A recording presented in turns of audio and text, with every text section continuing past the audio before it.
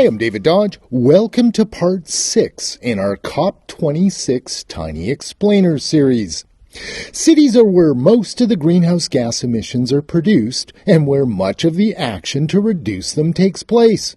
But it turns out there's actually very little direct engagement between federal politicians and their municipal counterparts, and even less direct engagement between policymakers and the expert practitioners in Natural Resources Canada and city administrations.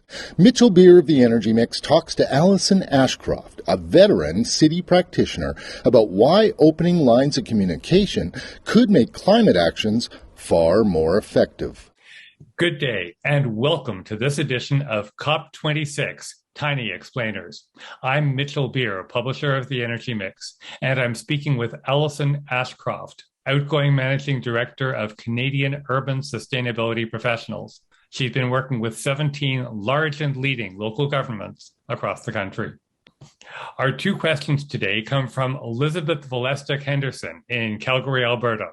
Elizabeth asks, how do federal leaders engage leaders from our urban areas to address the sustainability improvements we make to the built environment? Allison? Good question, Elizabeth. Hi.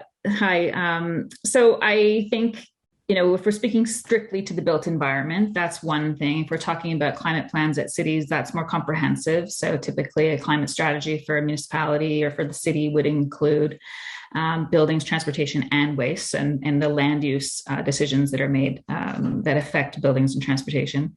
There's a few different ways that the federal government engages with leaders from cities, if we're talking about elected officials at cities or the practitioners at cities, but it's fairly limited. So procedurally, there's little to no direct engagement between either ministers and elected officials at city council or mayors, nor is there much direct engagement between the policymaker or between the practitioners at, say, Natural Resources Canada or Environment Canada with practitioners in local government. So obviously, if you're working in a city, you understand the challenges in your city. You also understand your built environment. You understand what kind of buildings you have, the age of your buildings, your tenures, your rentals, your ownership, and some of the challenges that people are having in decarbonizing those buildings. And when you're sitting in Ottawa, you don't necessarily understand the difference between Winnipeg and Saskatoon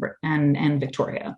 Not only is there not nearly enough communication and coordination, the way funding is delivered also presents challenges. And so government basically distributionally has two ways of funding cities. They can either fund them through the bilateral agreements with provinces, or they can fund them through FCM.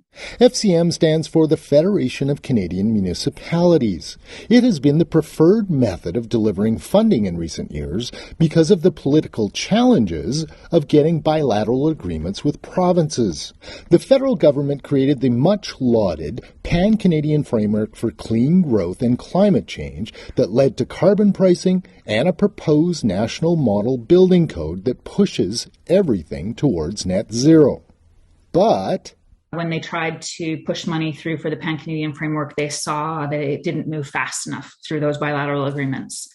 They then design programs and have grants and loans that go out to individual cities for individual programs. And that's not the most efficient way. So for instance, in Greater Vancouver, we have 22 municipalities that make up what all of you would think of as Vancouver. So for 22 municipalities to all be applying for loans and all be applying for grants and all be setting up different retrofit rebate programs or PACE loans, would be really inefficient and really ineffective, and also very confusing in the marketplace where people don't necessarily recognize themselves as living in Burnaby versus Vancouver or the like. PACE is Property Assessed Clean Energy Financing, which has been adopted in some places in the U.S., and the idea is that loans are given for energy efficiency retrofits or renewable energy projects that pay back the loans with savings or earnings. Programs in the U.S. have spurred billions in investment. Thanks to the dysfunction between the provinces and the feds, it's hard to set up national programs. But on the other hand, designing and managing programs in every single city is terribly inefficient. But That's what's happening because leadership is coming from the cities. PACE-like pilots have started in several municipalities across Canada. Some cities have the vision and the courage to pilot PACE, but the bureaucratic quagmire is stacked against them. They're never going to be able to do it as cost effectively. And if you're not able to issue a loan that can compete with my mortgage rate is 1.4%. There's no loan that they could possibly provide that would cost recover for the staffing time and whatever to do that. So we need to be really selective in figuring out when and why it would be necessary for the city to step into that role, I think, as an example. City governments often lead the charge with vision and action on climate change, and they're also closest to the people. I mean, I guess the biggest difference with the local level of government, with the exception of a few cities, is they're not party governments, right? So that alone, I think, makes local government different and more democratic. And also, because they're the closest to the people, they are, by all surveys, the most trusted level of government. The disconnect between the levels of government starts at the top.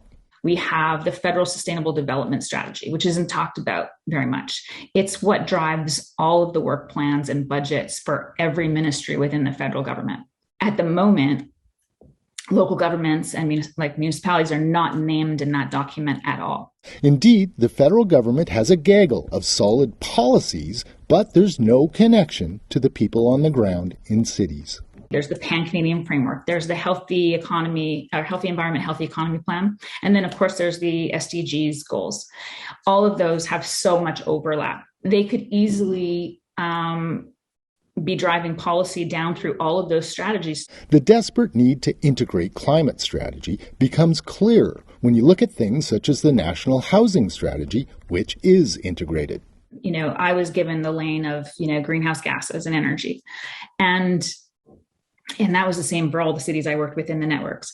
And no one is working purely on that anymore, particularly in Canada, particularly where I live out in the West Coast, but most of our big cities. If you're not working on housing affordability and talking about equity, no one's listening.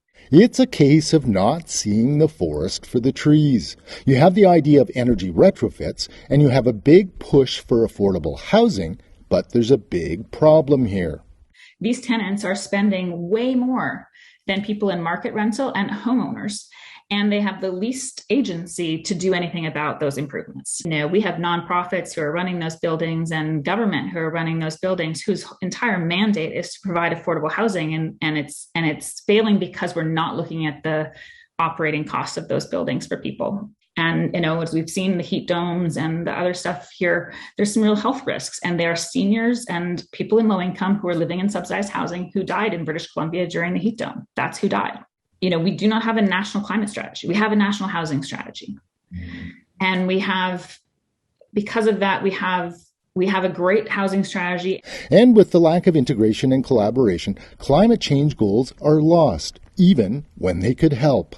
There are examples of where we get them right, says Ashcroft, such as the BC Hydro Sustainable Communities Program, which funded energy managers right in the municipalities. They pay 50% of salaries for staff embedded within cities to work on stuff together and to work in their community and to work with the utility.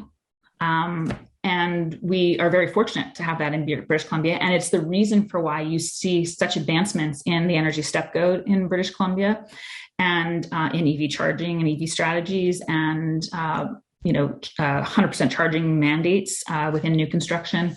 Those are all things that have come out of that one network that's been around for 15 years. And the Clean Air Partnership in Ontario, you see some of the same stuff.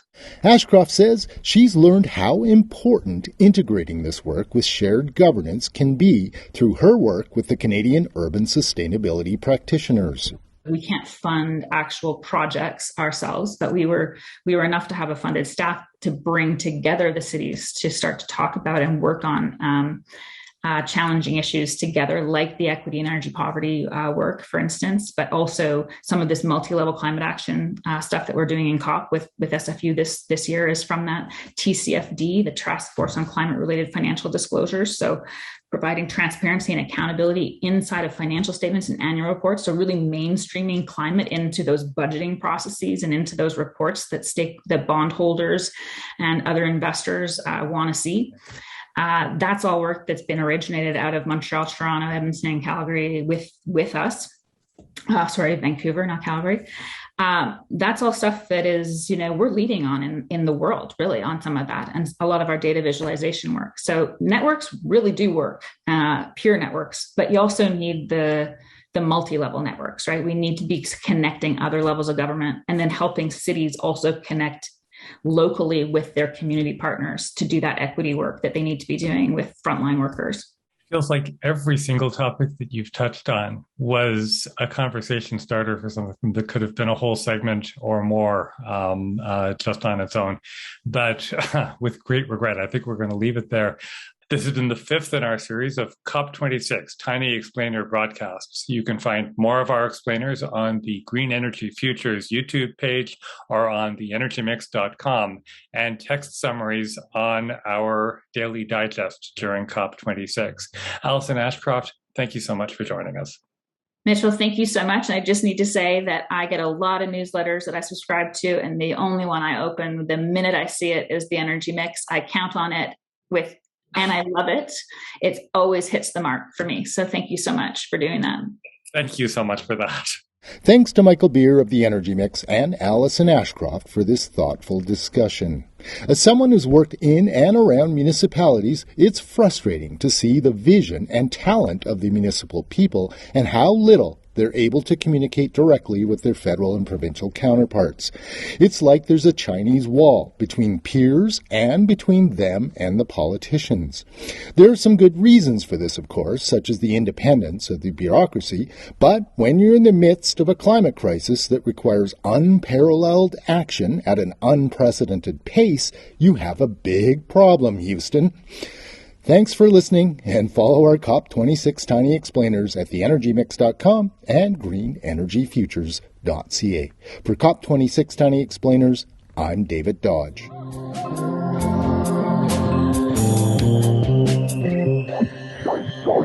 The climb.